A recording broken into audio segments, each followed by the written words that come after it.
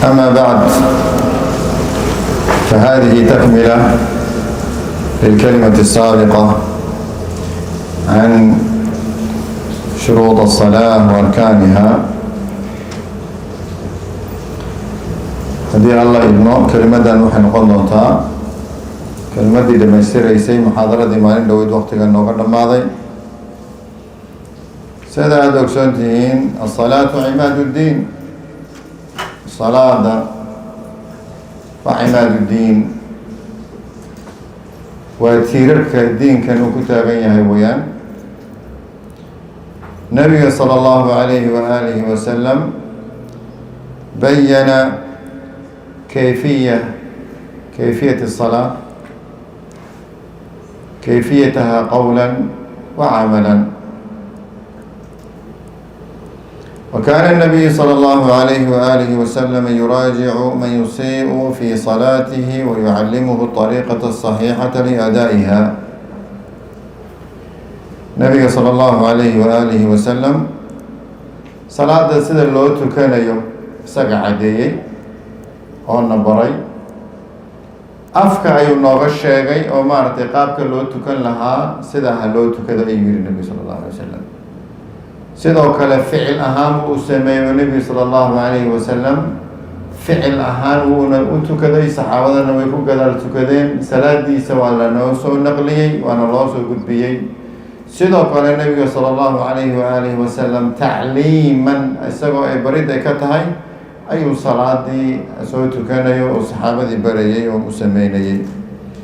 nebiga sala allahu calayhi waalihi wasalam wuxuu muraajacayn jiray qofkii salaadiisa ay wax ka xun yihiin, qofka salaada halaynayo wuu la hadli jiray, waana u sixi jiray, waana u tilmaami jiray sida saxda ah ay tahay inuu u tukado ayuu u tilmaami jiray nebiga sala allahu alayhi wasalam. Naam. Bismillah walhamdulillah wassalatu wassalamu ala rasulillah. The Imam hafidhahullah, he started by praising Allah subhanahu wa ta'ala. He said that the good end is for the believer. And then he made the shahadatain that none has the right to be worshipped except Allah alone, and that Prophet Muhammad ﷺ is the final messenger. Then he said to proceed, this is going to be a statement in completion for what we have already taken, or in addition for what we have already taken, of the prerequisites or the shurut, the conditions of the prayer. He said, first and foremost, we know that the religion is Imaduddin, is a pillar from the pillars of Islam. And the Prophet ﷺ taught us and made clear to us the way each and every one of us should pray. He said, qawlan wa amalan, statement that we're supposed to make and the actions that we're supposed to do during the prayer. He said, and the Prophet ﷺ yusahihu man yukhti. He said he used to correct the person who makes a mistake in his prayer, and he used to correct them by statement and by action. And he said, naqalu salatahu. The companions radiallahu anhum, they made his salah clear for us. And he said the Prophet ﷺ would sit with the person and teach them and go over their mistakes that they made in the salah. أحاديث النبي صلى الله عليه وآله وسلم لقصه وريي وحكمنا حديث والنبي صلى الله عليه وآله وسلم أتل ماميو قف مسجد كصاقلي وتكذي salaadiisaan uu arkay nebiga sala allahu calayhi wasalam inay wax ka khaldan yihiin. ninkaa nebiga sala allahu calayhi wasalam markuu salaada ninkaas soo dhammaystay nebigu u yimid, nebiga waa u celiyey.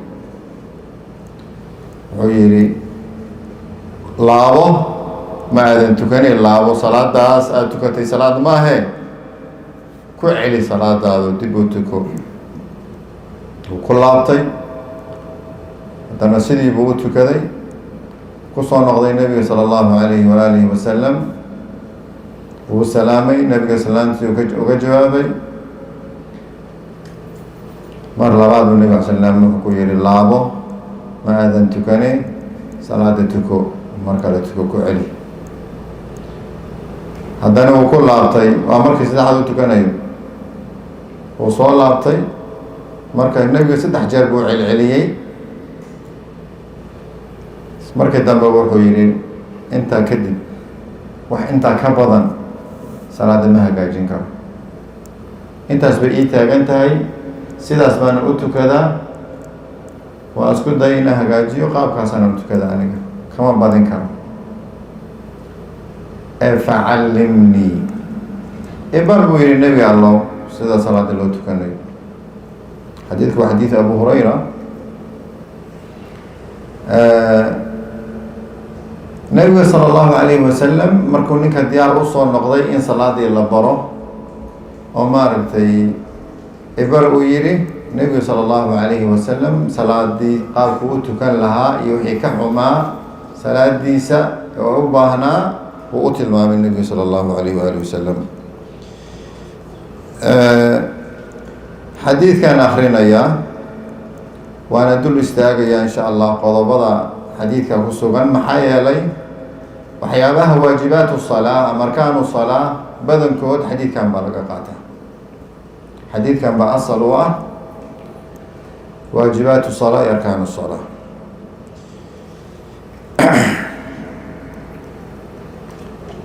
حديث أبو هريرة أن رسول الله صلى الله عليه وسلم دخل المسجد فدخل رجل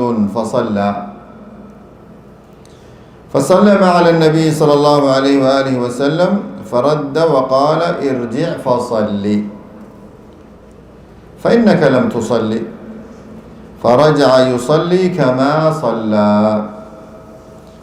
ثم جاء فسلم على النبي صلى الله عليه وسلم فقال ارجع فصلي فإنك لم تصل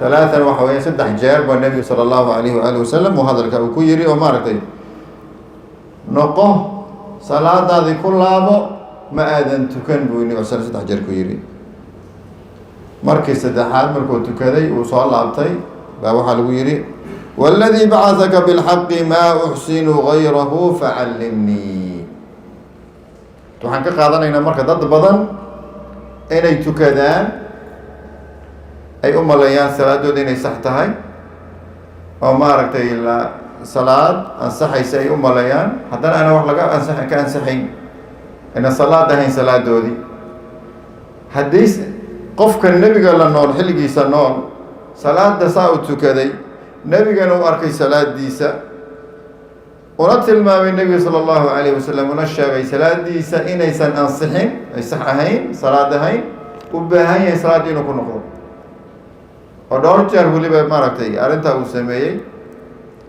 waxay tusinaysaa khatarta ay leedahay salaada adoon aqoon u lahayn inaad tukato waxaa laga yaabaa inay kaa dhacaan wax salaadaada jibinayo oo markaas aadan war u hayn oo salaadaada aynu noqonayso salaada waxba ka jirin markaas ay ahayd sida saxda ah salaada noocaas ah qof cilmi u leh markuu ku arko salaada inuu kugu celiyo oo ku yiraahdo salaadaadii ma ka ansixina salaada ku laabo waa laga qaadanayaa marka ugu dambeeyay wuxuu yiri sallam allahi maartay xaqa kula soo diray baan ku dhaartay inta ka badan ma hagaajin karo sida ka badan ma samayn karo maartay la axsinu ghayra marka sallam ibarbu yiri nabi sallallahu alayhi wasallam barido bilaabay marka waa u guda galayna wixii ka khaldana naam. Then the Imam Hafidahullah, he said that the Prophet sallallahu alaihi wasallam in a hadith, he said our talk tonight would be about a hadith from the Prophet sallallahu alaihi wasallam when a man came inside to the masjid and he prayed 2 rak'ahs. Then he came to the Prophet sallallahu alaihi wasallam and he said salam to the Prophet. The Prophet sallallahu alaihi wasallam took his salam and thereafter he told him, go back and pray, for you did not pray. So the man went back a second time and he went and he prayed the prayer again. And then he came back to the Prophet sallallahu alaihi wasallam and gave him salam, and the Prophet sallallahu alaihi wasallam gave him the same answer, and he told him, go back and pray, for you indeed did not pray. Then he sent him back a third time. The man went and prayed a third time, and he came back to the Prophet sallallahu alaihi wasallam, and the third time when the Prophet sallallahu alaihi wasallam told him, he said, I do not know any better than this. So he said, this hadith is from Abu Hurairah radiyallahu anhu. He said, I swear by the one who sent you in truth, with the truth, that I do not know any better than what I have just prayed. There's nothing that I can add to my prayer. Then the Prophet ﷺ made clear to him how to pray, the statements to say and the actions to do during the prayer. he said most of the wajibat, or the requirements and the conditions of the prayer, are mostly, this hadith is referred back to it. And he said we're going to read this hadith today, inshallah ta'ala. And then the Imam, he read the hadith, if I can pull it up. The Imam read the hadith in which it says that while the Prophet ﷺ was sitting in the masjid, a man came and then he prayed. Then he said salam to the Prophet ﷺ. Then the Prophet ﷺ extended his salam back. Then he told him, go back and pray, for you did not pray. And then the Prophet ﷺ, he came back and said salam to the Prophet ﷺ. The Prophet told him the same thing, to go back and pray. And then a third time, and then he said, I swear by Allah, the one who sent you in truth, that I do not know any better than that. So he said, if someone at the time of the Prophet ﷺ made these mistakes in his prayer, what do you think about people during our time? He said, this shows how dangerous it is to pray without having knowledge of the prayer, without learning how to pray. This is dangerous. It might be that a person prays for a long time and his prayer is not accepted. So he said, if this happened during the time of the Prophet ﷺ, in front of the Messenger of Allah ﷺ, then it is more likely to happen during our time. And then he said, if someone was to see a person making a mistake and he has knowledge of it, he should also correct him. ninkaas soo galay ee nebiga sala allahu calay wasalam saa u celcelinayo magaciisa waxaa la yidhahdaa Khallaad ibnu Raafic. Khallaad ibnu Raafic baa la yidhaahdaa. marka nebigu sala allahu calayh wasalam tacliim buu ku bilaabay inuu baro. Now haddar wuxuu diyaar u yahay inuu salaadii barto. wuxuu ogaaday inay salaadiisa khaldan tahay, ayna ka ansaxaynin, ee u baahan yahay salaad sax inuu tukado oo tan ka quman. marka nebigu sala allahu calayhi waaalihi wasalam wuxuu ku yidhi, faqaala, waa hadalkii nebiga hadalka soo socdo, idaa qumta ila asalaati fakabbir. haddaad salaada aada rabtid inaad u istaagtid, inaad tukatid, markaad rabtid waxaad tidhaahdaa allahu akbar, ku gal salaada, ku xiro. هذه تكبيرة الإحرام. تكبيرة الإحرام waxaa laga qaadanaya marka lafdigaas تكبيرة الإحرام inay rukni tahay oo maartay salaada lagu gelayo oo salaada lagu xiranayo Allahu akbar. qof kasta oo doonayo inuu salaad galo wuxuu ku gelayaa salaada Allahu akbar. lafdi kale aan maaragtay ma isticmaalayo, lafdigaas u isticmaalay Allahu akbar buu ku gelayaa. waa تكبيرة الإحرام marka waa ruknun, waa rukni. taas baa loo xadiisku tilmaamaya. Naam. Then the Imam, Hafidahullah, he said, the man who kept coming who was repeating his prayer, he said his name is Khallaad ibn Rafi', that is his name. He said when the man accepted that he did not know how to pray, he was ready to learn how to pray. So he understood that the prayer that he was praying was not a correct prayer, nor is it something that was going to be accepted from him. So therefore he asked the Messenger ﷺ to teach him. And the Messenger ﷺ, he said, فَقَالَ إِذَا قُمْتَ إِلَى الصَّلَاةِ, when you stand for the prayer, فَكَبِّرْ, then do takbir, say Allahu Akbar. He said, and this is called takbiratul ihram, or the takbir that makes everything haram. He said, we take from that it is a pillar, a rukn from the arkan of the prayer. That's what we take from there, that there's no other statement that the person can say outside of Allahu Akbar that will be correct for him to start his prayer.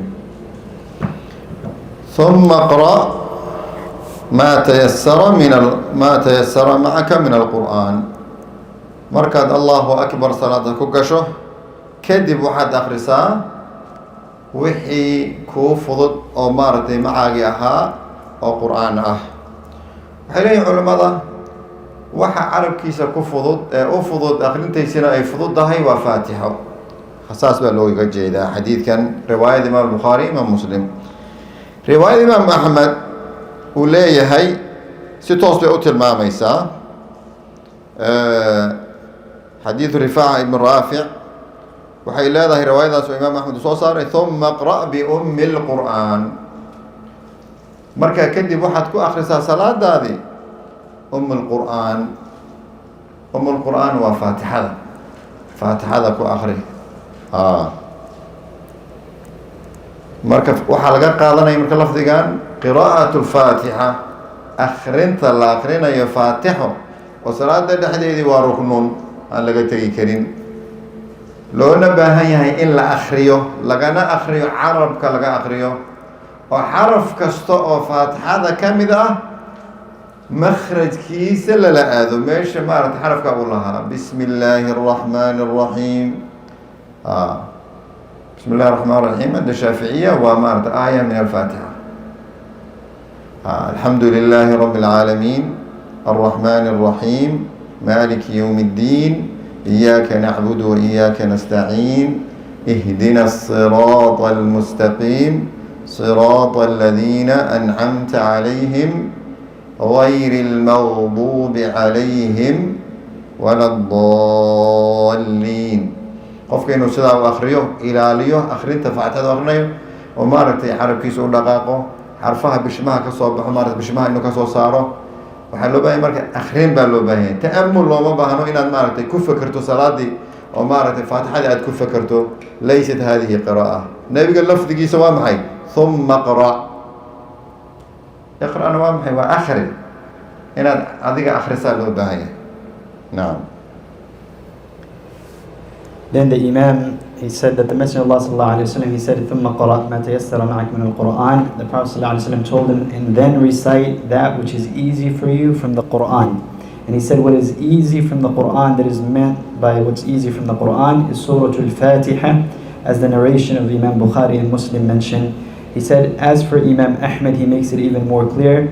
The hadith of Rifa' ibn Rafi' radiyallahu anhu, he said, ثُمَّ قَرَأْ الْقُرْآنِ. Then afterwards read the mother of the Qur'an, which is Surah Al-Fatiha. He said, from this we understand that it is a rukn, it's a pillar that cannot be left, the recitation of Surah Al-Fatiha. He said the person has to move his tongue with every letter in his lips and get out every single letter from the right position that it has. He said, as for the Shafi'iyya, they say that Bismillahir Rahmanir Rahim is an ayah from Surah Al-Fatiha, which means you can never leave it, and it needs to be recited. He said the tongue has to move, and ta'ammul, or reciting from your mind, or reciting from within yourself, is not correct. As the Prophet ﷺ said, Iqra, recite. And recitation needs movement of the tongue and the lips. نعم. ثم اركع حتى تطمئن راكعا. النبي صلى الله عليه وسلم إن كان تعليم أبو سعود حبال البريع مركات فاتحة أخرسه حاليري ثم اركع ركوع ذات والركوع سماه حتى تطمئن راكعا إلى ركوع ذا كحسشه ومارتي ركوع ذا سفي عنه كحسشه. والإمام أحمد رواية أن صوشكنا الإمام أحمد وحكوسكنا أيضا فإذا ركعت فاجعل راحتيك على ركبتيك وامدد ظهرك ومكن لركوعك. والتفسير ما رتقابك الركوع لها ولا الربي ركوع سيدين النقطة هداد ركوع ذا لبضا ذي راحة وحالي على عشاس meesha maaragtay labada waxaad saartaa oo ku qabataa waxaad yeeshaa rukbatayka labadaadii low ama jilbahaad ku qabanaysaa saa u saaraysaa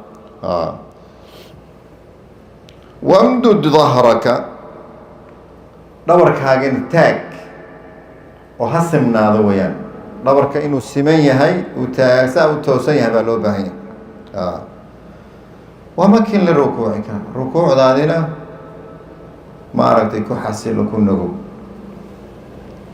إن أتحقق كسرناتو مركز الله الركن بها كان سجرو وركن الركوع إلا الركوع وركني إنه الركوع هذا وركني إنه ما أردت هذانا طمأنينة ليماذا وكحسله وركني كله تذكر محاكو دعوة ويركوعان dadka qaar in badan waxaad arkaysaa way rukuuc qofkii waa uu rukuucay dhabarkiisa maaragtay soo leexiyay inuu toosiin waa laga yaabaa laakiin lam yatma'in baa dhacay isla markii uu kacaya qofka maxaa ka maqan rukuucdii uu haystaa laakiin maxaa ka maqan طمأنينadii baa ka maqan nacam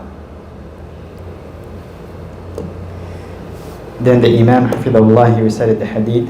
He said, ثُمَّ ارْكَعْ حَتَّى تَطْمَئِنَّ رَاكِعًا. And then he said, the Prophet ﷺ, then afterwards make ruku' until you are fully in the stage of ruku', meaning tranquil or stationary in your ruku'. And he said, this man is in he's learning. He's in the steps of learning from the Prophet ﷺ. So two things are mentioned here. As Imam Ahmed said in the narration that he narrated, he says, make your palm on your knees. Make sure that your both palms are on your knees, and that your back is stretched and straight.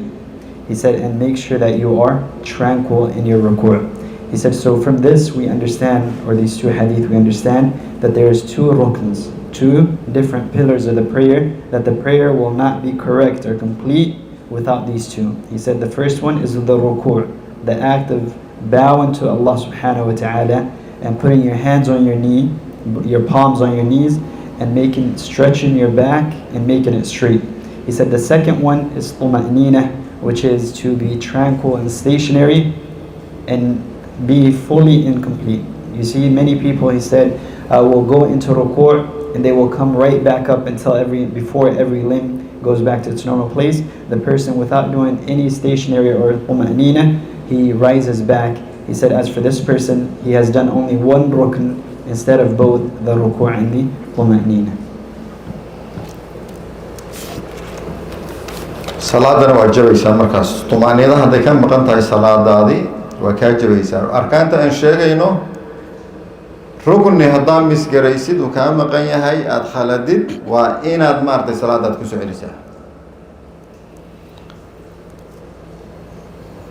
marka wuxuu yihi ثuma ارفع رأسك من الركوع حتى تعتدل قائما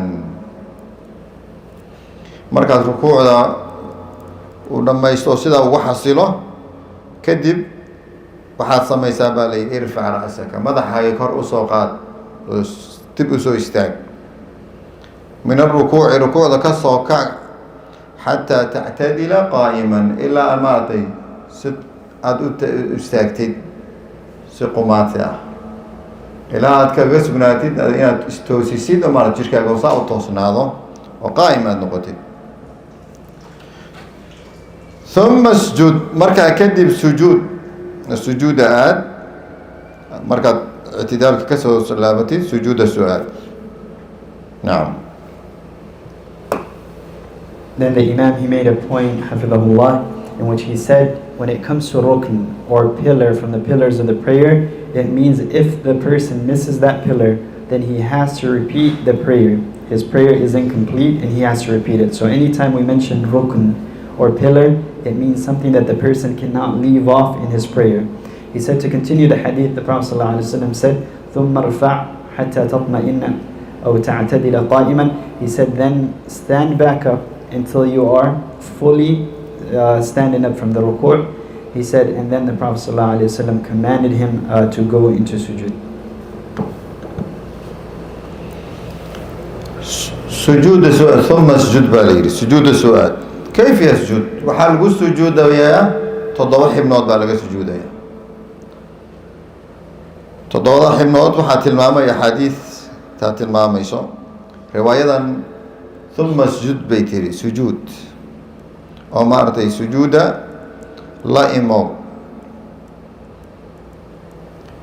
سجود وحوي إن الجبهة مع الأنف وجه قالوا كلا لديكو وجه مركب وجه قالوا سجود يا كو وجه نوحا إسلا صعده الجبهة مع الأنف سانكر ما نقول كيالا هذا الكمر حيث لا كان كتابا نيسا سدوا كله فول كاجوان نقول كيالا نقول كسارتا واليدين لبادي قعمود على عرش نقول كوينا ساقوا هيسا halkan waxaan haysanaa wejigii maca al-anf labadii gacmood oo dhulka maartay la saarayo warukbatayni labada jilbood in dhulka iyagana la dhigo wa atraafi asaabici alqadamayni labada lugood farahoodii waxaa la dhigayaa dhulka maaragtay lagu taabanaya bacdu culamaa waxay arkayaan haddaad dhulka saa u saarto oo faraha gaysaa dhulka u saaran yihiin waa ka ansaxayaa laakiin sida sunnada oo fiican waxa weliba ayaga inay sujuudaan dhinaca maaragtay qiblada usii jeedaan markaa sujuudaysid faraha gaysaa yihiin dhinaca qiblada usii jeedaan marka labada lugood farahoodii waa labo labada jilbood waa labo labada gacmood waa labo waa lix waxaa 7 ku ah alwajhu maca alanf qaabkaas baa loo sujuudayaa marka gacmaha dhulka la dhigayo oo la sujuudayo madmuumat al-asaabic faraha saa lama dhahayo waa la isku soo dubayaa maanta waa la isku soo dhaweynayaa rukuucda way ka duwan tahay rukuucda marka jilbaha la qabanayo faraha waa la kala bixinayaa naam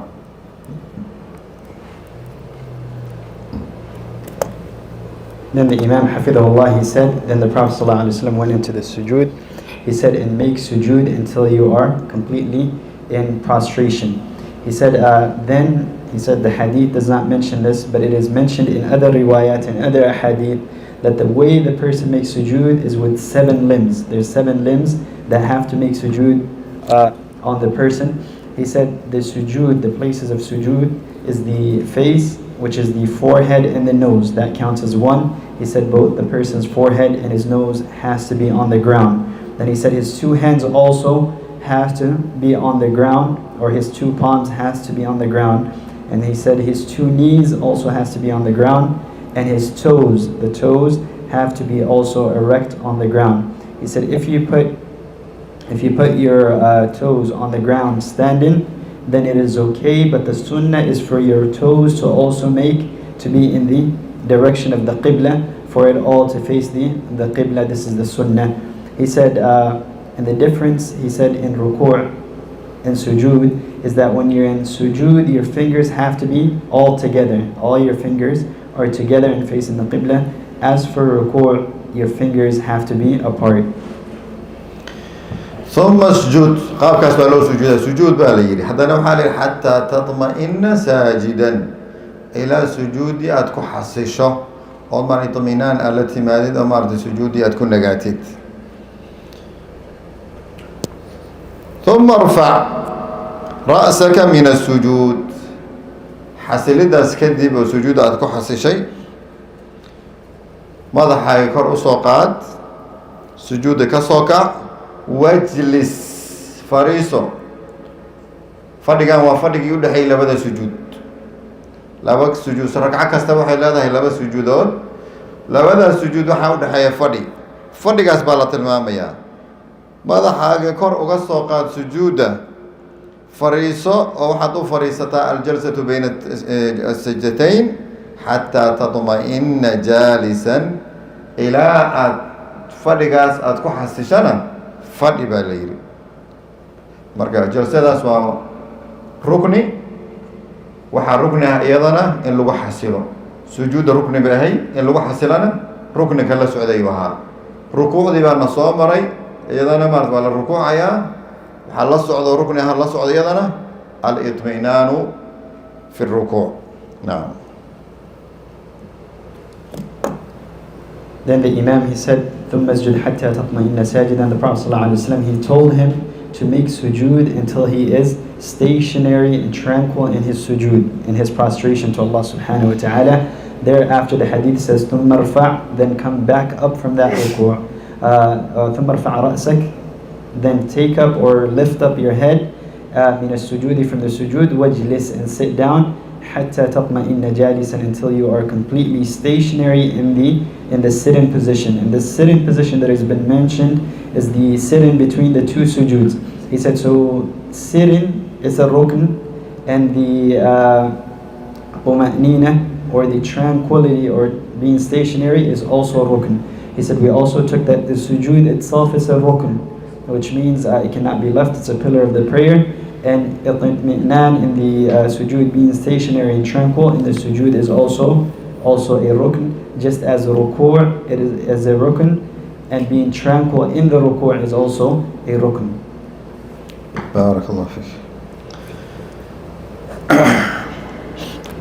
Wuu fadhiga maxaa ka dambeeyo sujuud baa ka dambeeyo sujuud horay baa loogala hadlay inuu sujuudo oo maaragtay ku xasilo sujuuda dambe sujuud kasta oo salaada ku jirto waa rukni marka rukuuc kastana waa rukni jalsa bayna sajdatayn kasta waa rukni tuma'niinada lagu xasilayo arkaantaas ayadana waa rukni markaasuu nebigu sala allahu calayhi waaalihi wasalam wuxuu ku yidhi isagoo la hadlayo khallaad wafcal dalika fi salaatika kulliha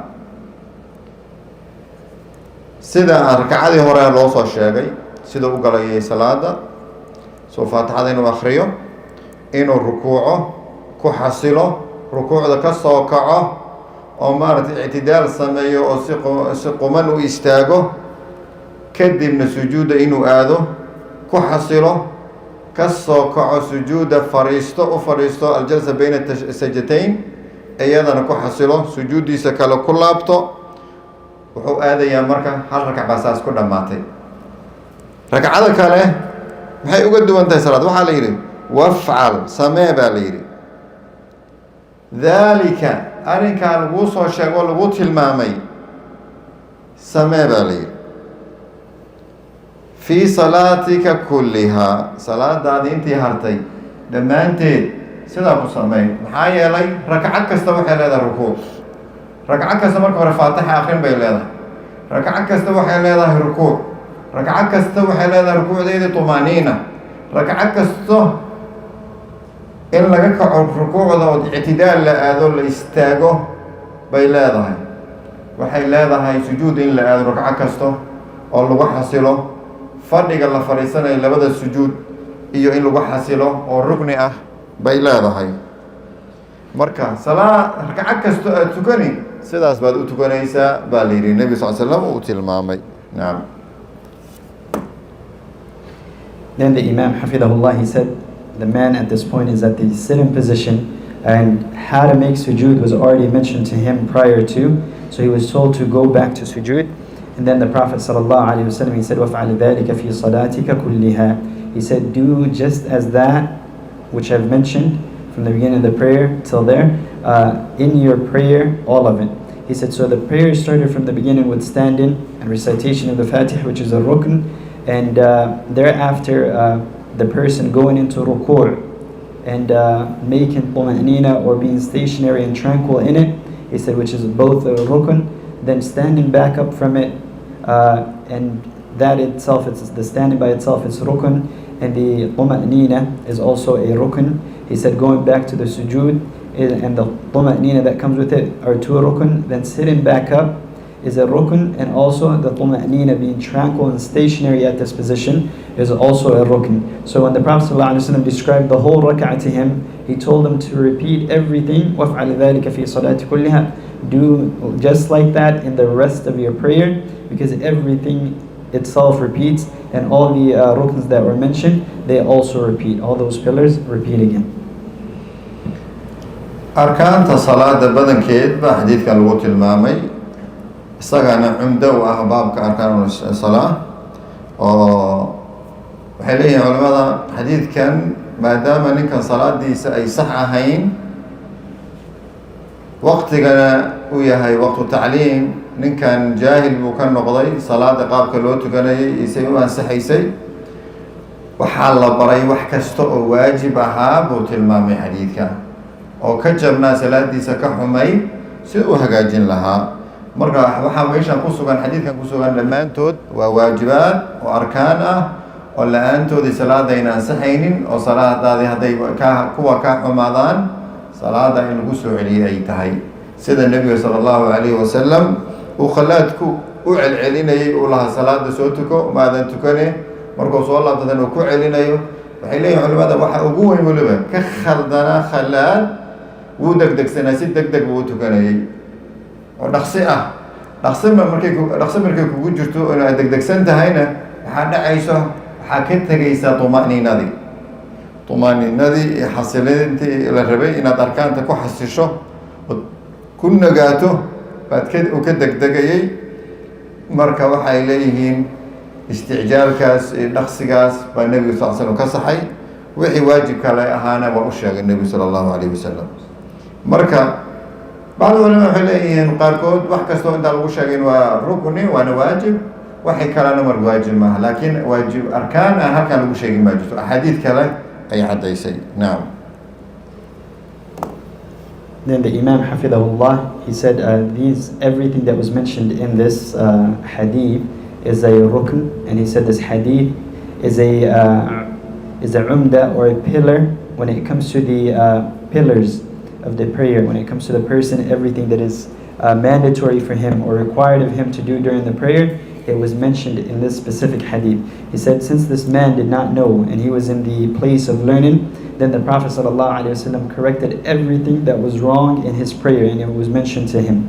He said, so if the person misses any of these, the arkan of the prayer, then his salah, he has to repeat it, just as Khalad radiallahu anhu, he had to repeat his prayer.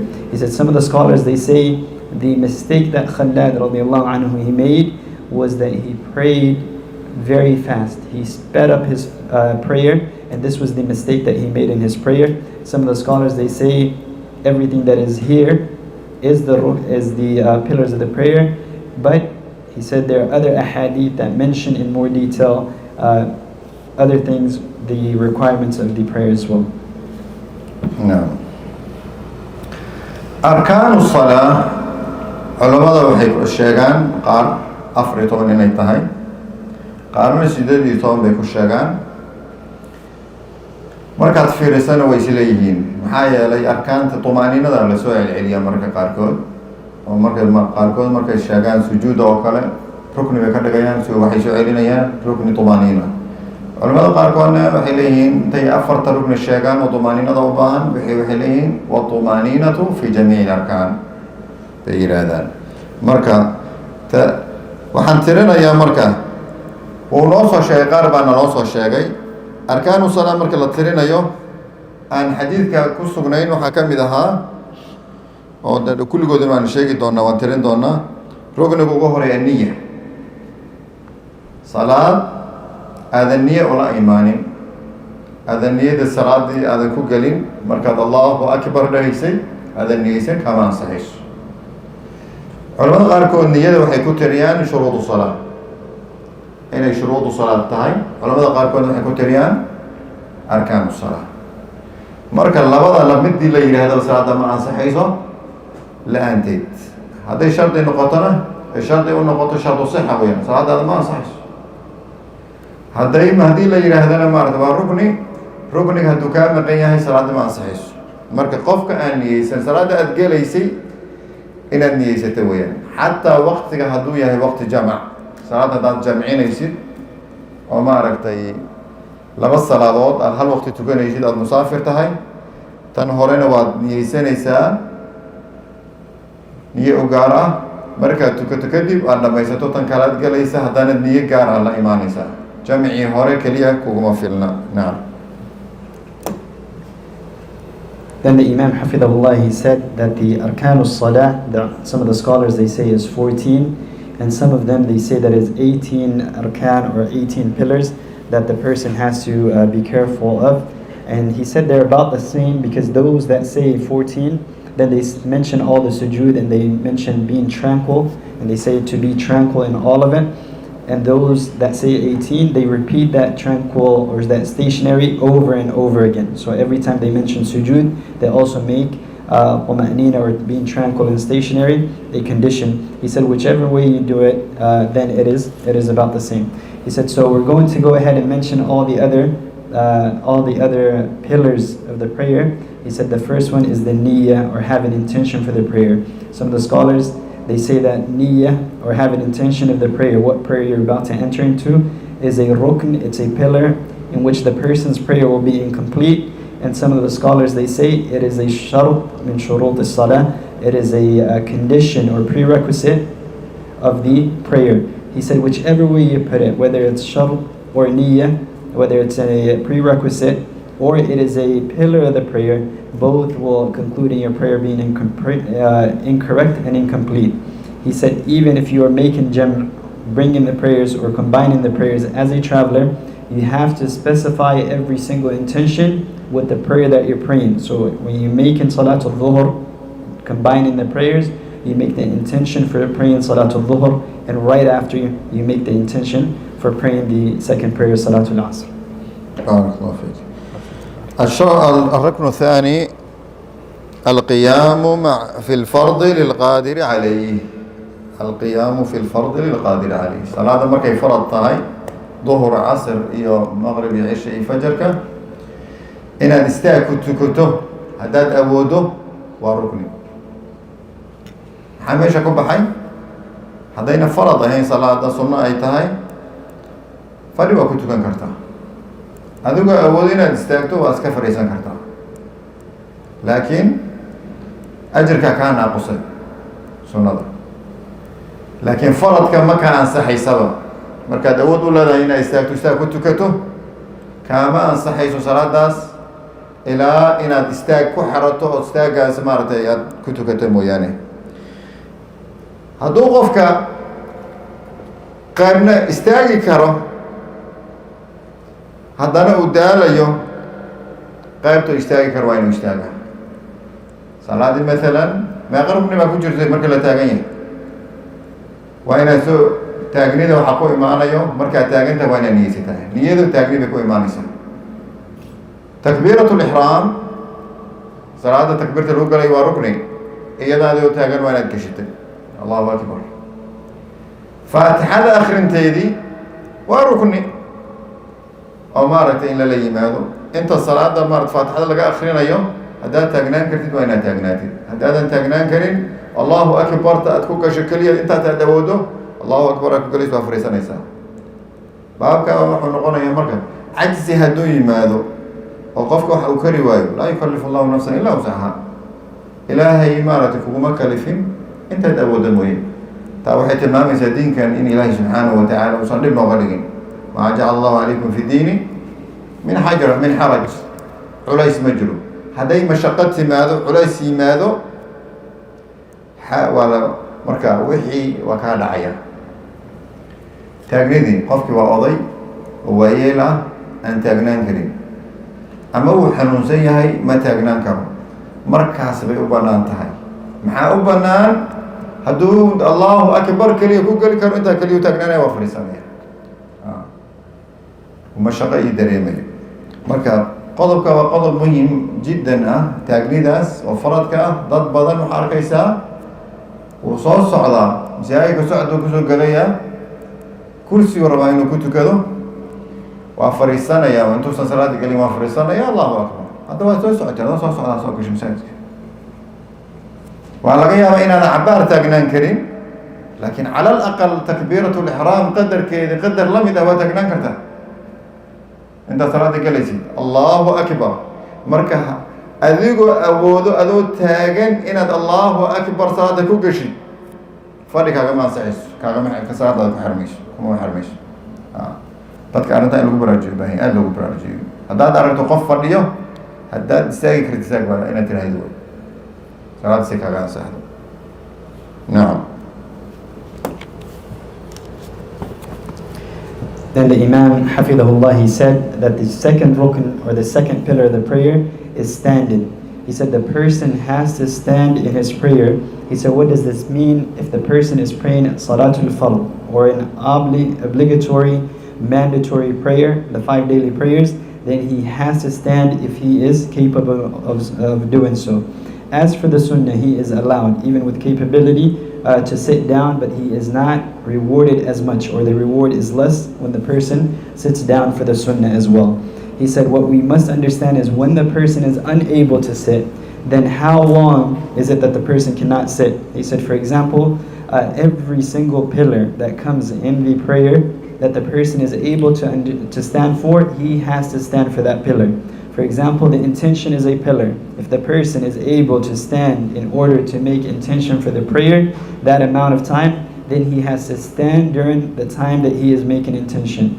If he is able, he said the other rukn is the takbir, or saying Allahu Akbar, takbiratul ihram, the opening takbir. He said if the person is able to stand even an amount of time that equals to that amount, saying takbiratul ihram, it is mandatory for him to stand. And if he does not stand for it, then his prayer is incorrect. His fard or wajib prayer will be nullified. He said, then the third rukn is Fatiha, reciting Surah Al-Fatiha.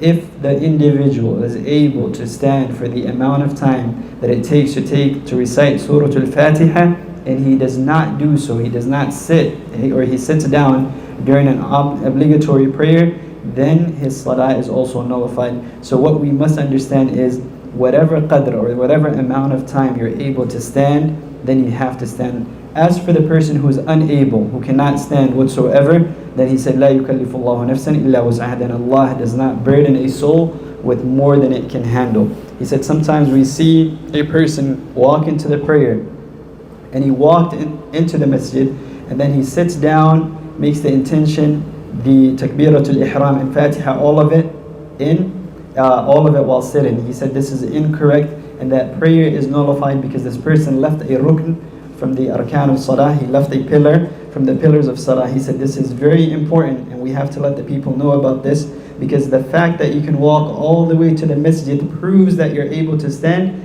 at least the amount of making intention, if not the amount of saying takbiratul ihram, if not the amount of making or reciting Surah Al-Fatiha, all of it. So whatever amount you're able to do, and you sit, he said then that prayer is nullified. He said this is very important that everyone is reminded constantly. marka waxaan haysanaa ruknu niya alqiyaamu fi lfardi lilqaadir calayh. rukniga saddexaad waa takbiiratu lixraam, takbiirta salaada lagu gelayo. takbiiraadka dhammaantood taa keliya ruknika ah. takbiiratu ixraam, takbiirada salaada lagu galo waa rukni. allahu akbar inuu qofka ku galo isagoo taagan haddii uu kari karo. waxaa ku xigo qiraa'atu lfaatixa, ragco kasta oo ragcooyinka ka mid a inaad faatixa ku akriso. in la akriyo waa adkeynaya masalada, waa ku adkeynaya carabkeygii. salaadaadii faatixada inaad akriso baa la rabaa, ma aha inaad niyadda ka akriso. niyadda ha ka akrinin, kaamil lama yidhaahdo akrin. akrinta waxaa la yidhaahdaa inaad carabkaagu dhaqaaqo, bushimahaaga ay dhaqaaqaan, xarfaha maaragtay waxaa la shardiyaa waliba qofka inuu ismaqashiyo, dadkan uusan ku dhibin, codkiisa kor u qaadin, qadar oo maaragtay isaga uu waxyar maqli karo hadduusan dhaga adkayn, waa inuu akriyo yani. akrinta faatixada qof kasto, ama imaam noqo, ama keligaa noqo, ama maaragtay imaam gadaashiisa ku tuko, waa rukni bay u tahay. waxaa laga soo maaragtay reebaa oo istithnaa ah ma'muumkii imaamka kusoo gaaray rukuucda. imaamkii salaad buu ku jiray, salaadii baad iyadoo lagu jiraad soo gashay, markaad soo gashay imaamkii rukuucdii gal allahu akbar, xaggeed kala qabsanaysaa? rukuucdaad kala qabsanaysaa imaamka, rukuucdaad la gelaysaa. rakcadaas maxaa kaa maqan? takbiiratul ixraamkii markii allah salaadii aad gashay allahu akbar waad rukuucday. faatixa miyaad akris? faatixa kaa maqan. faatixadaas imaamka kaa xambaaray, isaga qofka keliya laga soo reebayaa oo maaragtay aan waqtiga u helin, oo maaragtay faatixada uu ku akriyo, imaamka ka xambaaraya. marka waxaa lagu daraa, culamada qaarkood ay ku daraan, salaada hadday tahay maqrib iyo cisho iyo fajar oo kale, oo imaamka kor u akrinayo faatixadii aada maqlaysid, waxay leeyihin ma'muumka waajib kuma aha inuu akriyo, wuu dhegeystay faatixadii, imaamka qiraadiisa u dhegeysanayay. laakiin waxaad u malaysaa haddana axaadiis nabi al slam markaad fiiriso, laa salaata liman lam yaqra' bifaatixati lkitaab, salaad uma sugnaanin qof aan faatixa akrin. qof kastaad ku jirto adiga. marka ra'yiga kale waxa weeyaan qof kasto ama imaam kasto codkiisa maqal ama ha maqlin, salaada si gaar, faatixada si gaar baa lagaaga rabaa inaad u akriso. qowlkaasaan waxaad u malaysaa inuu ila xoog badan yahay, kaa inuu ila xoog badan yahay, oo qofka uu maaragtay ama imaamka marka uu faatixada akrinayo horta waxaa lagaa rabaa inaad dhegeysatid.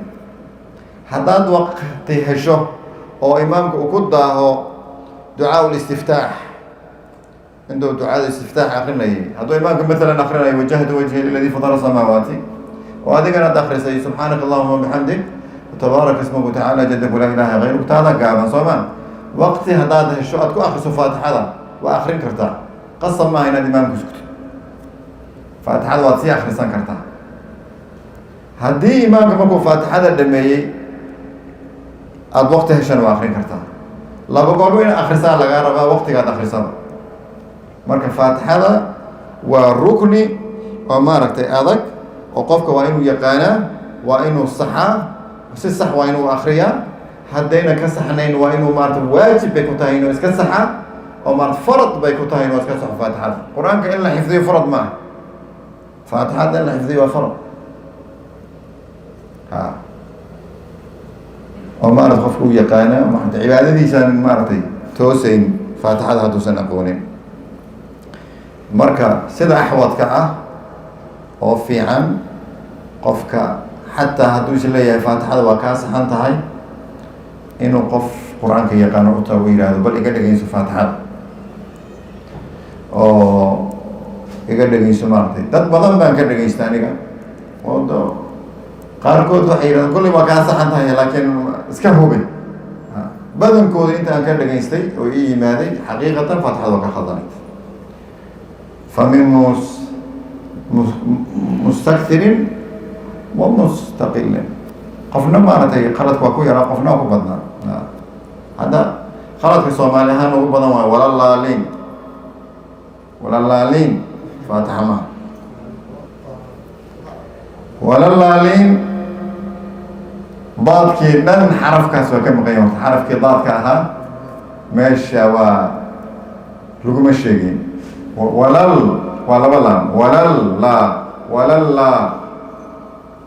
بطاقة نساء وامك هوري ولا الله لين بتنا متكين وكان مقين متكن ولا الضالين كجرو هول بو قبنايا هول كسي دمبه سو قبنايا او لام كان دمبه ايو مارتي ريبه شديا ولا الضالين لام كي ضالين لين تاس لام كيدي وشدية أداتي هذه ولا الضالين مدكي وآخر سي ضادكي وآخر سي لام كي من هذا الشدية وانا رئيس واسحين دارين ضالين لام كوينة مارتي أتكيسي محايا الشدكة حرف كستوى الشدة ولا بحرف واسكور صارا لا بتجربوا دواقول لو دواقول لي ولا الضال لو ربين هذا اللين وي بوها مركز على سوق قبضي ولا الضالين واسداس ماشي قلب لو خلطة مركب إن قفك تكله هدي مر إمام معلك يكاسحه أو قفك أمر وقتك يكاسحه وكوجات كذا نفط هذه واتبريسا waad ku dadaalaysaa waxaad ku dadaalaysaa waqti marka hore naftaada u turaysaa jaahilnimaha u ogolaanin qof maaragtay faatixada ka saxan yahay noqonaysaa waa dadaash ajir waa ka helaysaa marka meelaha la khaldo aadku ugu badan bay ka mid tahay naam Then the Sheikh Hafidahullah, he said, after we talked about the intention and standing, being a rukn or a pillar of the prayer, and then takbiratul ihram, the opening takbirah, saying Allahu Akbar to be a rukn. He said the next rukn is Suratul Fatiha, reciting Fatihatul Kitab, or the beginning, the opening of the Quran. He said, and the person should not, I affirm this, and I affirm it very harshly, he said the person should not read from his heart or from his mind. He has to read from his mouth and his lips and his tongue. He said if the person, some of the ulama, they say the person has to make himself hear every single word that he is reading in the Fatiha. He has to make himself hear it. He said if it is not distraction to the person that is next to him. And this is every single rak'ah. As for the takbirat, he said takbiratul ihram is the only takbirah, or Allahu Akbar, that is a rukn. The rest of them are not rukn. As for Fatiha, every single rak'ah that you pray, Suratul Fatiha is a rukn. It's something that cannot be left. And then he said the ulama, they make istithna, or exception for the ma'moom, the person who's praying behind the imam. If he comes late to the prayer and he comes during the ruku', he makes the intention makes the standing, the qiyam, he does takbiratul ihram, but the Fatiha is dropped in the case of this one single person. He said in his stance he goes from takbiratul ihram to ruku' without reciting the Fatiha in order to catch up with the Imam. This is the only case and the only exception that is made. He said some scholars also add to that. If the person is praying behind the Imam, Salatul Fajr, Salatul Maghrib, Salatul Isha, the prayers where the Quran is read out loud, some of the scholars they say if the Imam recites Surah Al-Fatiha, then the Ma'moom, the person behind the Imam, does not need to read it because the Imam carried the Fatiha from him. He said, to be honest, when you look at the ahadith of the Prophet ﷺ, you see that it may be that the stronger opinion is that every single individual has to read Surah Al-Fatiha individually. It is still a rukn that is still needed from him, as the hadith of the Prophet ﷺ, he mentioned, لا صلاة لمن لم يقرأ فاتحة الكتاب. He said there is no prayer that is complete or that is correct or that is accepted for the person who does not recite the opening of the book, meaning Surah Al-Fatiha. He said, in my opinion, that is the stronger opinion. So he said if the person has time, he should read Surah Al-Fatiha, even if it means that you recite it before the Imam. Sometimes you might be reading, the Imam might be reading a long dua al-istiftah, the opening dua. He might read وَجَّهْتُ وَجْهِيَ لِلَّذِي فَطَرَ السَّمَاوَاتِ وَالْأَرْضِ, and you might read سُبْحَانَكَ اللَّهُمَّ وَبِحَمْدِكَ, which gives you a time or a specific time, because the dua that you read and the dua that is shorter than the dua that the Imam read. So go ahead and say Surah Al-Fatiha during this gap at the beginning of the prayer. He said, or say it afterwards, after the Imam completed Surah Al-Fatiha, regardless of when you say it, before the Imam or after the Imam, it needs to be recited. He said, and I affirm this over and over. He said the next thing is memorizing the Quran completely is not a rukn, is not a fard, afwan, but memorizing Surah Al-Fatiha is a fard. It's an obligation upon each and every single Muslim to memorize Surah Al-Fatiha and to read it correctly and properly. He said what's safest is, even if you think you know Surah Al-Fatiha correctly, to go to someone who knows it, who's a teacher, so that he may correct you. He said many a times people who thought they were reading Surah Al-Fatiha correctly came to me just to double check on themselves, and it then ended up being that they were reciting Surah Al-Fatiha incorrectly. He said many a times, the people that have tested Surah Al-Fatiha in, they are reciting it wrong. So reading the surah or the Surah Al-Fatiha incorrectly nullifies the person's prayer. He said, so double check, have someone check it for you. He said, and the mistakes that I found to be profound in many of the people is changing the dad and walad-dallin and reciting walad-lalin with a lam. He said, so they changed the dad into a lam. This is one of the most profound mistakes that people that have recited to me make. He said that another mistake that they make is they leave off the med or the elongation. Instead of saying walad-dall with the stretch, they just say dal. And he said when they leave the med or the elongation, then it makes the shadda that comes after it on dal, on the lam, it makes it very light, and it's missing. They end up missing the double vowel, meaning they read one vowel instead of two vowels. He said all these mistakes from just one single word. So imagine how many mistakes that we have. He said, so it is important for everyone to correct his Fatiha and to work hard on this surah.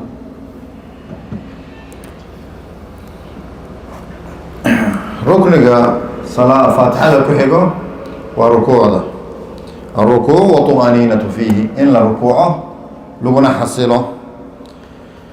ركنك كحيكو القيام من الركوع وطمأنينة فيه إن ركوع لغا أو ما لا يستوسيو لا يستاغو وهذا يستاغا لغو حصله. وحاكو السجود وطمأنينة فيه سجودة iyo in lagu xasilo sujuuda. waxaa ku xiga aljuluusu aw aljalsatu bayna sajdatayn wa طمأنينة fiihi, fadhiga labada sujuud u dhaxeeyo in lagu xasilo. afar rugni baa la socdo. hal rugni oo mid kasta ku lamaanan oo ah طمأنينة. rukuuc وطمأنينة فيه، اعتدال وطمأنينة فيه،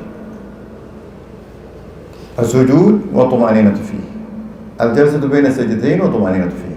marka afartaa rukni waxay u baahan yihiin qofka inuu si gooni ah isaga ilaaliyo oo isku xasilo oo jirkiisa uu ku naga. طمأنينada maxaa la yidhahdaa? jirkaagii waa dhaqaaqaya, sujuudi baa u dhaqaaqday ilaa mifsal kasto iyo laf kasto oo maaragtay positionkeedii booskeeda ugu laabato waa inaad nagaahtaa.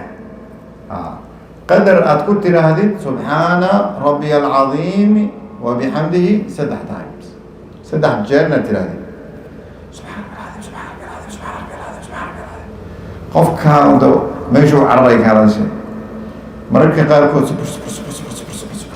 waa maqlaysaa qof yani waxa uu akrinaya macno male. سبحان ربي العظيم سبحان ربي العظيم سبحان ربي العظيم له سبحان ربي العظيم وسؤال ربي سبحان ربي العظيم وبحمده أي سؤال ربي هذيك هو بدنته وبحمده أي بعد هو بدنته سبحان ربي العظيم سبحان ربي العظيم سبحان ربي العظيم للركوع. سجودنا سبحان ربي الأعلى سبحان ربي الأعلى سبحان ربي الأعلى.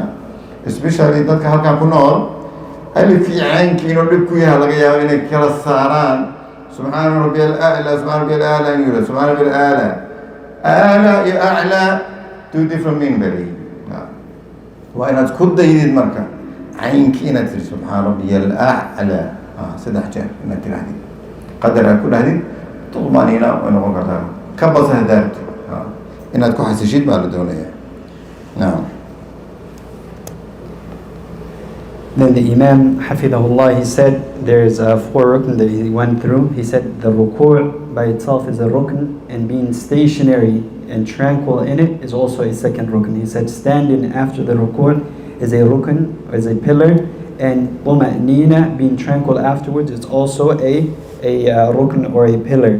He said then going into sujood is also a pillar, and having tranquility or being stationary is also a rukn or a pillar. He said sitting up from this first sujood between the 2 sajdas, julus bayna sajdatain, the sitting between the 2 sujuds is also a pillar, and being tranquil in it is also a pillar. So he said there's 4 arkan or 4 different types of pillars, and alongside each one of them is 4 other pillars, which is being tranquil and being stationary. He said, so what does stationary or being tranquil, what does it mean? He said it means for every single limb and every single joint to go back to its original place, and it settles there until the person, his limbs go back to the same place and joints go back to the normal place. The person has to stay in the sujood or in that sitting or that standing position until that happens. He said he has to have enough time to say Subhana Rabbi al-Azim, for example, in the ruku' to say Subhana Rabbi al-Azim wa bihamdi, or to say, if you don't want to add wa bihamdi, to say Subhana Rabbi al-Azim. He said both are correct. He said, I don't know what the rush is for some people, but you'll hear people that are reading just the sin, saying and so reading this very quickly. He said this is incorrect. What are you running to and what are you running from? He said then also in the sujood, same thing. He said that the person has to be stationary in every single joint, every single limb has to go back to its normal position. And he said there's a difference. Some of us, we have a hard time saying the ayn. He said, so when you say Subhana Rabbi al-A'la, you'll see some people saying Subhana Rabbi al-A'la or A'la. He said these have 2 different meanings. A'la and A'la have 2 different meanings. So try to learn the correct pronunciation of every single letter for the prayer. rukniga ku xiga waxa weeye ragcad kasto intaas rukni waa wada leeyihiin. ragcada ugu dambayso arkaan gaar bay leedahay oo iyada la socda oo gaar la tahay. fadhiga ugu dambeeyo oo taxiyaadka loo fariisanayo, fadhiga laftirkiisa waa rukni. rukniga kale ku xiga waxa at-tashahhud al-akhir, in tashahhudka la akhriyo asagana waa rukni. maxay kula duwan yihiin labadaas? qof baa iska fadhiisan karo mana akhrinayo, marka wuu fadhiistay, fadhigii waa laga helay ruknigaas, tashahhudkii ma akhrinin, marka maxaa ka maqan? rukni qiraa'atu tashahhud. باكا مقان أما قف تشهد كي آخرية صفر فرقيا كم مقان مركا الله الركن ويان إنه أفريستو تشهد كقدام بايو تشهد كي آخريا وركن وحاسدو كلا ركن تشهد كما كنقول تشهد كما كلا شيء التحيات مثل تقال التحيات لله والصلوات والطيبات والسلام عليك أيها النبي ورحمة الله وبركاته السلام علينا وعلى عباد الله الصالحين أشهد أن لا إله إلا الله وأشهد أن محمدا عبده ورسوله وتشهد كي هذه التحيات المباركات وتقاليد وصح سكن التحيات المباركات الصلوات الطيبات لله انت كلي كل دوي قيبته هوري نعم هو تجينا تاس التحيات المباركات يا التحيات لله مثل التقان لا وضع صح وانا صار هورين هذا كان المبارك لا وضع صح مثل لا وضع صح على كتاب صلاة قال كذا تحيات لله واخرين كذا صلاة قول التحيات المباركات ومانعة مجرو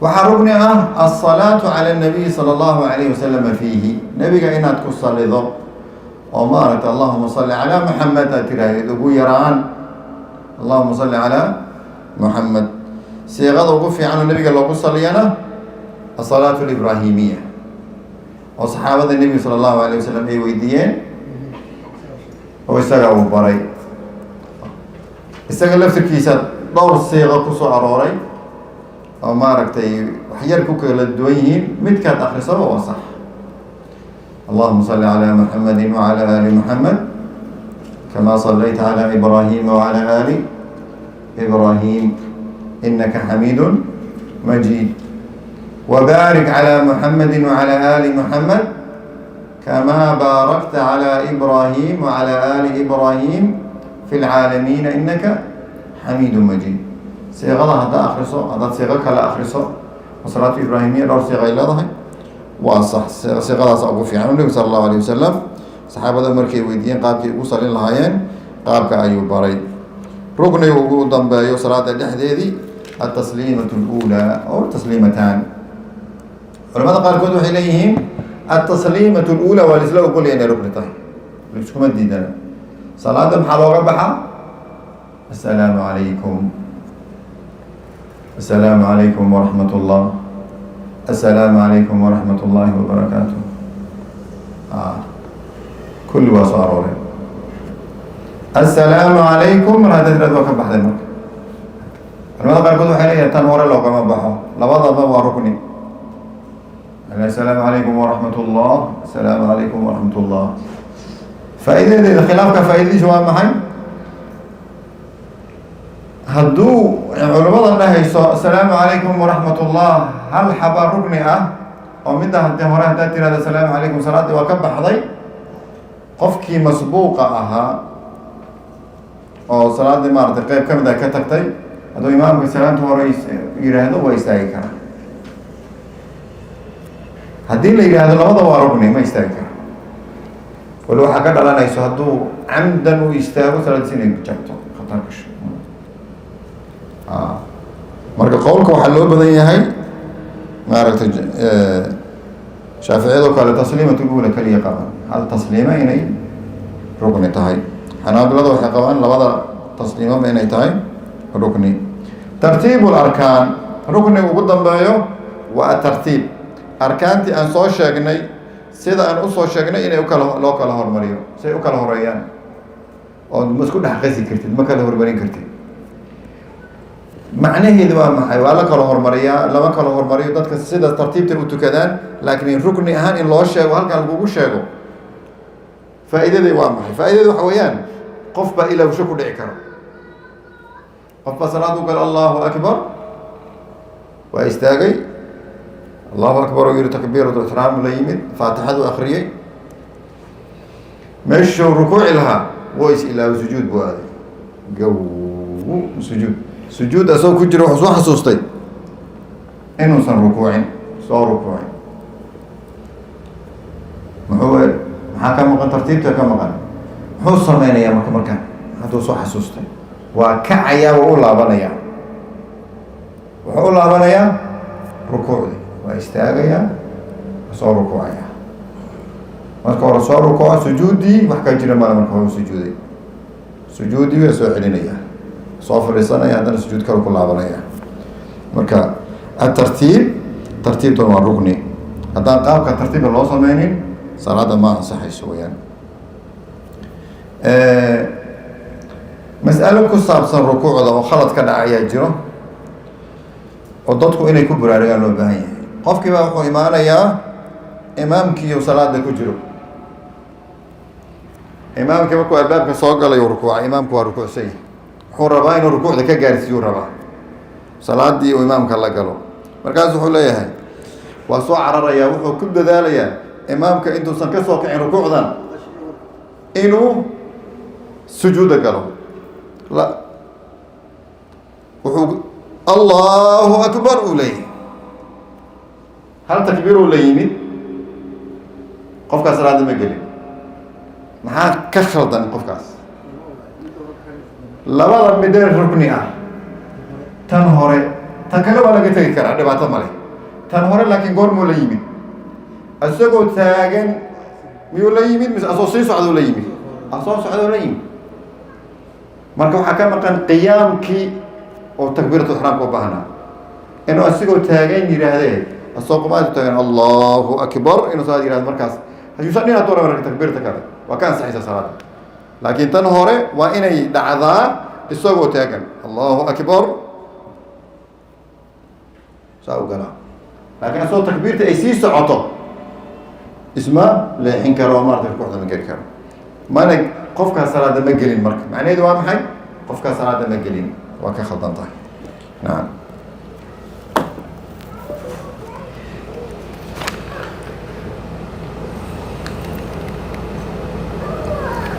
Alright, then the Imam Hafidahullah, he said that the next rukn, he said everything that we mentioned is a rukn, and then every single rak'ah the person repeats those arkans. He said as for the last sit-in or the last tashahhud, the last where the person sits to recite at-tahiyyatu, he said this has two rukns. The sit-in is a rukn, is a pillar, and doing and reciting the tashahhud is also a rukn. So if the person does not recite it, he sits and he misses recitation of the tahiyyat, then he has come with one pillar and he's missing the other, which makes his prayer incomplete. He said in the CL, the way of recitation of at-tahiyyat is different ways. He said, and all of them are correct. They are all from the Prophet ﷺ. Whether the person says at-tahiyyatu lillahi was-salawatu wat-tayyibat, or the person says at-tahiyyatu al-mubarakatu as-salawatu wat-tayyibat. Whichever one he brings first, he said both are correct, and there's no issue with that. He said, as for the, that's the next rukn. He said the rukn after that is to say, to send salutation and blessings upon the Prophet ﷺ, to say Allahumma salli ala Muhammad. And he said as the shortest thing that you can say is Allahumma salli ala Nabi or Allahumma salli ala Muhammad. That's the shortest you can say. Or you can say that which the Prophet ﷺ taught to his companions, that is known as Salah al-Ibrahimiyya, which means he said there's several variations in different narrations, and each one of them is correct. He said one of them is Allahumma salli ala Muhammad wa ala ali Muhammad kama sallayta ala Ibrahim wa ala ali Ibrahim innaka Hamidun Majid. The dua that is well known, O Allah, send your salutation upon the Prophet ﷺ and his family, just as you have sent it to Ibrahim and his family, innaka Hamidun Majid. And then Allahumma barik, O Allah, send your blessings to Prophet Muhammad ﷺ and the family of Prophet Muhammad ﷺ, just as you sent to Ibrahim and the family of Ibrahim alayhi salam. He said, then after that, the last rukn of the prayer is taslim, for the person to exit the prayer by saying Assalamu alaikum wa rahmatullah and looking to his right, then his left. He said this is whether it's taslimatul ula or taslimatan, whether it's the first taslima, the first salam, or two salams. He said that the scholars, they have different opinion on this. Does the prayer end with one taslim, or does it end, or does he have to make two taslims in order to exit the prayer? He said some of the Imam or the ulama, they say that if he does one taslim, then that is enough for him to exit the prayer. He said, so what do we get from this khilaf or this difference of opinion? He said, what we get is when the imam is in the prayer and the prayer has ended, or the imam said assalamu alaikum to one side, and then the person who's praying, the ma'moom behind him, if he was to get up after the imam said one taslim, then there's no issue if he's following the opinion that it's only one taslim. But if he's following that the prayer has two taslims, where the person has to look both are pillars, then he has to wait for the imam to complete looking at both sides and saying assalamu alaikum wa rahmatullah to both sides before he stands up to make up the second rak'ah. He said, and this there's khilaf. He says, as for the Imam al-Shafi'i and the Shafi'iyya, he said they have the opinion, they went with the opinion that is only one single taslim. And as for the Hanabila, they went with the opinion that it is two taslims. He said the last one, or the last after the taslim, the last thing is tartib, order. The prayer has to be in a specific order. The order that was mentioned prior to is the order that all the prayer is in. He said this is the last rukn. The person has to make sure that each rukn comes in the order that it was mentioned. He said, and what is the benefit of knowing this? He said the benefit is if a person was to forget to make ruku', so he went into his prayer, takbiratul ihram, read Fatiha, and then instead of going to ruku', he went all the way down to sujood. So he forgot ruku'. He said, what does the person do? Since tartib is a rukn, is a pillar of the pillars of the prayer, he has to stand up. He remembered while he was in sujood. He has to stand back up, make ruku', stand up again, Sami Allahu liman hamida, and go back to sujood. Everything that he did from the ruku', the first sujood, and the does not count. He has to come back with it because of the order. Then he said the imam, he said the order in the prayer has to be kept. And he said if a person, for example, one of the issues that many people make, and he stood up and he made he demonstrated to you all. He said sometimes the imam is in the ruku' and a person walks into the masjid and he says, let me catch up with the imam in that ruku' so I don't miss the rak'ah. So he runs to the prayer and he says Allahu Akbar one single time on his way down to ruku'. So he just comes in and says Allahu Akbar, goes into ruku'. He said as for this person, he did not enter into the prayer. The person who does this, he did not enter into the prayer. And the reason why he did not enter into the prayer is because he missed the rukn, the first rukn, which is takbiratul ihram. He said, and he came with the takbirah that is not a rukn, that's not a pillar. The takbirah going down to ruku' is not considered a rukn. For him to come with that and to leave the one that is rukn at the beginning of the prayer is incorrect, just as he demonstrated. He said if the person was to say Allahu Akbar while standing erect, and he completed his takbiratul ihram while erect, while standing, then went into ruku' without saying the second takbirah, then there's no issue. There's no issue. The issue is that he went into prayer in motion. So he's missing two rukns, which is standing and saying takbiratul ihram. He went straight down. He said this, we need to pay extra close attention to it. waxaan ku khatimayaa su-aashan gabar baa soo weydiisan u malaynayaa laba su-aal, laakiin hal su-aal ahaan looga jawaabi karo. waxay leedahay haddii aan ahay qof dhalinyar oo socon kara laakiin jilbaha ayaa cudur iga haya, soo kicidda iyo sujuudda aad baan ugu xanuunsadaa, ka waran fadhiga haddaan ku tukado. markii aan adkaysan karana waxaan ku tukadaa sida caadiga ah. baabka waxaa imaanaya laa yukallifu allahu nafsan ilaa wuscahaa. xaraj iyo culays markuu yimaado qofka waa ka dhacayaa. waajib kasto aad la imaan weyso waa kaa dhacayaa. ta qofka hadduu xanuunsado, waxaan nidhi salaada faradka asalka waxa weeyaan alqiyaam in lagu tukado, istaag in lagu tukado. fain lam tastadic buu yihi nebigu sala allahu alay slam, haddaadan awoodin istaaga inaad ku tukato, salli jaalisan, fadhi ku tuko, fariiso. وقورما لكن فإن لم تستطع إن هذا أودين ومارت إلهي إلهي بقوله استاجا كل ويا خشوع عقاب حيو ما أركتي فريقتكم قبل سؤال شيء لكن لنا عن ما لنا على سجود ولا بيسير حنو مرينا ويستاجي كرتا ويتاجنان كرتا ركن القيام وين الاتماد مارك هذا يستاجي كرتا هذا يسعى كرتا ويستاجي كرتا ويستاجي يسا قيام كلا إيمان الله أكبر ويتاجين مرك ورصاها تكبيرة الإحرام وحل إيمان سيد تاجين الله أكبر ركعة فهون فاتحة وحي آخرين يسا إيه دو تاجين دو ما يسعى كرتا سعد كمر دبين جلبها سلآذ سجوده يسوق عدة دي بعد بيش سدا ما رتي سؤال شان كفهم مركز سجودي بقى كده عايش ما حكنا عيم إن أولين والسجود ركن نجي سجوده يلو كان عيا إيما بيسمينا سجود ركن سجوده والركن أيدي لا يدوش جيدي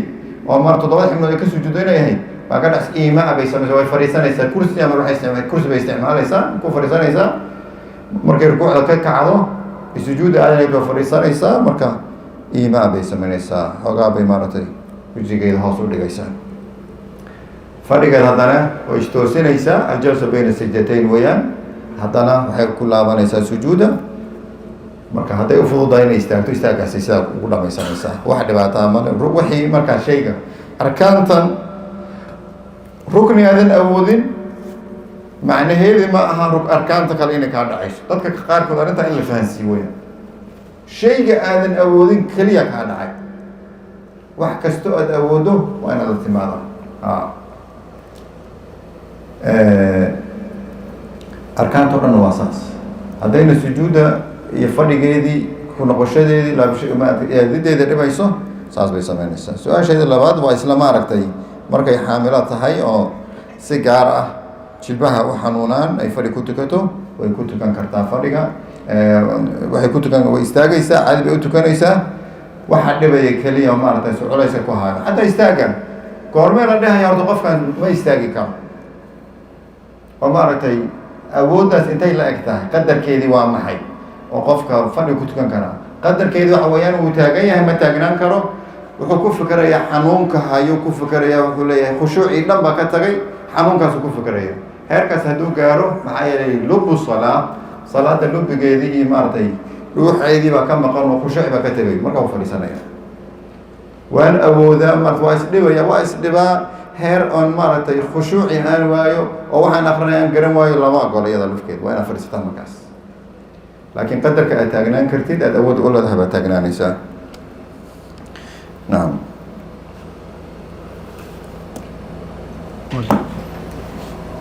The Imam Hafidahullah, he said there's a question that was sent from one of the sisters. She said, I'm a young lady, and she said, I have a disease or an issue of the knees. I'm not able to stand up from making sujood. Whenever I'm coming up from sujood, I have an issue with my knee or knee pain, which I'm unable to go into or come out of sujood. He said if the person has some sort of disease or some sort of issue, then Allah subhanahu wa ta'ala said, لا يكلف الله نفسا إلا وسعها, that Allah does not hold a person or does not burden a soul for more than it can handle.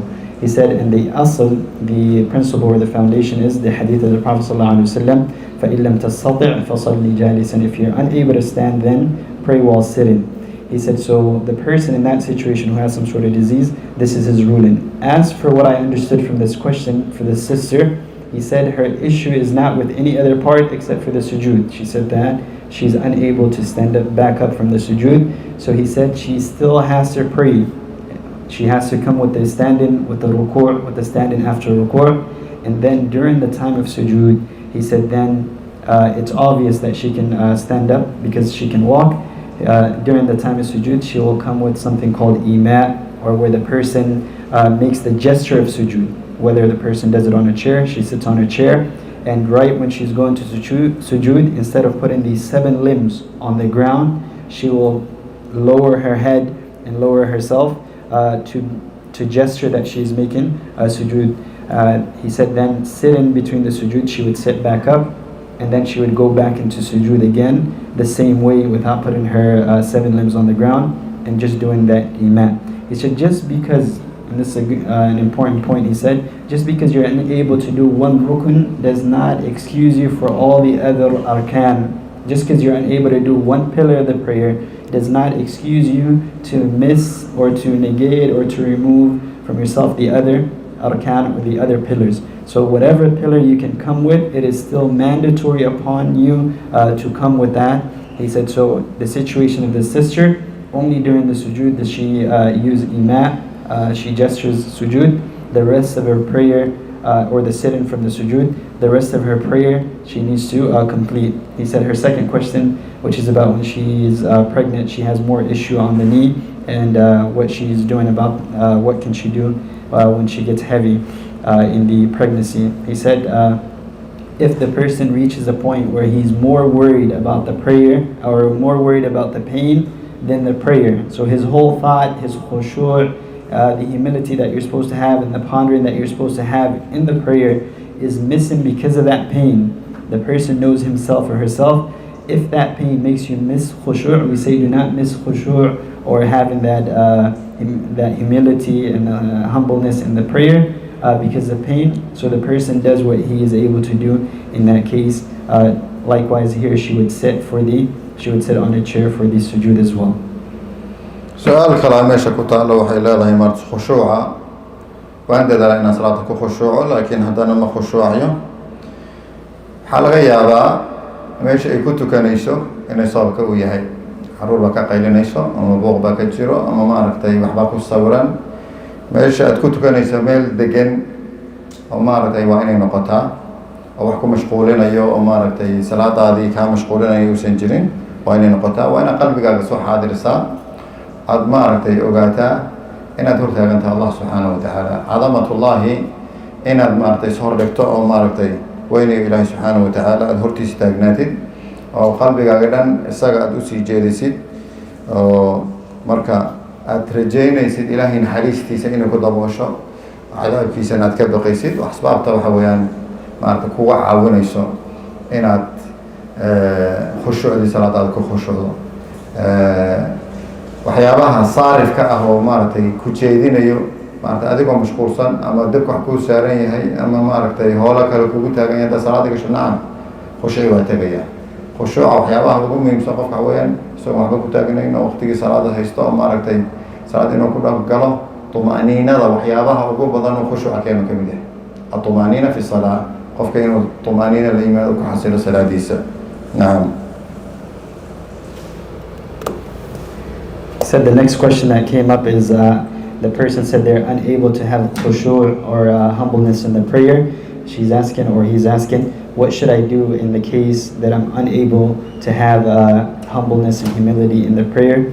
He said a lot of the times the issue that the person runs into with missing khushu' is the place that he or she is praying. He said sometimes you're praying at a place where there's children that are noisy, where there's pictures, where there's other issues and other things that distract the person from his prayer.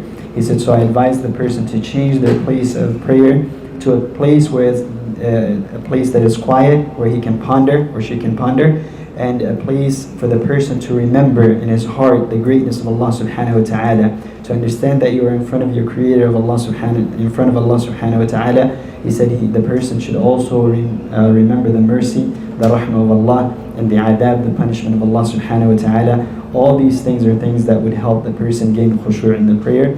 And he said the person has to be careful of sarif, the things that avert the person's attention from the prayer. Sometimes you have something on the stove and you want to pray, or you want to, while you're doing other work, you want to get the prayer out of the way. He said when you have all these different types of sarif, or things that have your attention or grab or pull towards your attention, then the person is unable to get into khushu' or have that humbleness and humility in the prayer. So the person has to distance himself from that and remember the greatness of Allah subhanahu wa ta'ala while in the prayer and outside.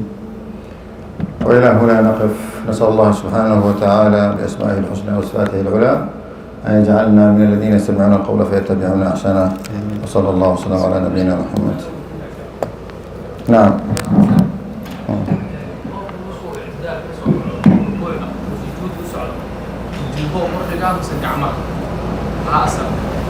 markuu rukuucda u socdo miya sujuudda markuu u socdo حديث كسو أروري ما ركتي علماء مسألة واسو خلاف سيهين حديث كفهم كيسا إنه قفك ما ركتي مركو السجود أصعده سيدا رتيقة وكاله أونا وسجودين علماء قاركود وحي وأركان مركا رتيقة لبدا هورو دكتا صوما لبدا هورا الله يسكو يسوح اللي لبدا هورا ما وحا سؤال شو وحي تهي marka sujuuda loo socdo ruku i'tidaalka laga soo socdo sujuuda loo hoobanayo ma gacmaha la hormarinaya mise jilbaha la hormarinaya mas'alada ma aragtay fahamka xadiidka culimada isku khilaafaan oo ma aragtay qofka la yabruka ma yabruku al-ba'ir sida ratiga oo kale inuu samaartay u fariisan oo ma aragtay culimada qaar kood waxay leeyihiin lugaha hormarsada qaarna waxay leeyihiin ma gacmaha hormarsada marka dadka Soomaalidu waxay u yaqaaniin lugaha geel maquubka dadka ku dambeeyay soo ko horarta aniga geel waa la yaqaanaa mas'alada waxay ku dhisan tahay lugaha ma kuwa hore mise waa kuwa dambe hadii marka waxay leeyihiin hadii marka mas'alada khilaafa ku jiro laakiin midda hormarsaba waa sax hadaad maartay labada hormarsatana gacmaha waa sax culimada ku tagtay هذا ظهر مرتبطه مجلبهنا وأصح علماء كتكتي نعم. نعم. كجواب. Alright, the brother he asked a question. He said. الدرس كلام نجروش كدت كم مرتين وقت كلام من الدرس خير. إن شاء الله. Alright, the first question that came, he said, what is the asl or what's the norm for the person to go down on his hand or to go down on his knee when he's going to sujood? He said the hadith of the Prophet ﷺ is the asl or the principle in that, in which the person, the Prophet ﷺ, he said, do not go down into sujood just as the camel goes down into when it's sitting. So he said this is the asl, and what the scholars they say is which of the legs, the four legs, is it the front legs or the back legs that are considered the way the camel goes down. He said which one is considered the hands and which one is considered the feet. So based on which the ulama considered, some said that going down on the hand is the correct opinion, and the others said that going down on the knees is the correct opinion. He said, as for me, whichever one that you do, it should be okay, since there's ulama scholars that went with that opinion. He said also we have a lesson that's coming up very soon. Another lecture that's going to start very soon, inshallah ta'ala. So we'll try to give time for that lecture. حديث حاجر ماركتي حوجين أيو كعماء الله مريو ومرة تفسير كهذا الرأو وائل بن حجر عن النبي صلى الله عليه وسلم أنه رأى النبي صلى الله عليه وسلم إذا سجد قدم ركبتيه على يديه ساس بوليه النبي وحوه المرنة يقعميه هيسا ولا بدأ يجلبكه المرنة نعم. He said, putting the hands down, there's a hadith that makes that opinion stronger. A hadith narrated by Wa'il ibn Hujr, radiyallahu anhu, may Allah be pleased with him, in which he said he saw the Messenger of Allah sallallahu alayhi wa sallam, Ra'a Nabi sallallahu alayhi wa sallam, when he was making sujood, that he would put his hands down before his knee. He said this hadith makes the opinion of the scholars that say that the hands go down first. It makes their opinion more solid and more firm and stronger. بارك الله فيك هذا وصلى الله نعم. أتحياتي حديث واحد جاء رسول عليه الصلاة والسلام أصحابه وديسي سيدا لغو سلام واقع حديث سيكو غسلنا صح مركب أبو الشيء صلي إبراهيمية صح حتى مركب صلي إبراهيمية في سنة لفتي سيدنا كبجيو سوالنا حديث كلا واحد جاء رسول عليه الصلاة والسلام يجري أنا ولد السيد آدم وراء فخر معنا ما صح وقفوا إنه آمن سنة إنه السيد كي ومدى النبي محمد سريع صح لكن لفتي اللهم صل على سيدنا محمد لفتي صلي إبراهيمية الميل وجه المرأة ضد بدن بعد قدرة على سيدنا مركور على الناس سؤال شو فهمتين أنا مرة هنا لفظك سيدنا ملقود دريا مركز صلاة النبي اللي وصل لنا إسراء الحديث ما يا نبي سيد ويا هاي مارت سيد ولد آدم mar uu manciyeyna waa jirtaa maaragtay in allah huwa sayid uu yidhi laakiin tawaaducan buu yidhi sallam iyo inaan lagu tarax tegin nebigu sala allahu calayhi wasalam buu ugu talagalay laakiin huwa sayid waa ahaa laakiin marka salaada lagu jiro lafdiga soo arooray oo nebiga sala allahu alay slam ka soo arooray oo saxaabada u baray waa lagu gaabsanayaa saas baa laleeyahy allahuma salli calaa maxamed wacala ali maxamed siiqadaas saliga siiqada ugu wanaagsan ugu fadliga badan weeyaan naam. The question was when we're saying Allahumma salli ala Muhammad, he said there's a lot of people that add Sayyidina, our leader, Prophet Muhammad alayhi salatu wasalam. He said, is it allowed to add Sayyidina to the tashahhud when you're doing the Salah al-Ibrahimiyya? The Shaykh Hafidahullah, he answered, he said, this statement is not correct to make because the Prophet sallallahu alayhi wasallam, when he taught the Ummah, he told them, Allahumma salli ala Muhammad wa ala ali Muhammad. This is what the Prophet ﷺ taught us. He said, and the Prophet ﷺ is a Sayyid. The Prophet ﷺ is the leader of Bani Adam, of the children of Adam. And there's time where the Prophet ﷺ, he said in a hadith, As-Sayyid huwa Allah, that Allah is the leader of all. And he said, the Prophet ﷺ said this tawadu'an, in humbleness, but he is the leader. And as another hadith shows, he is the leader of the son of Adam, all of them. صلى الله وسلم على نبينا محمد.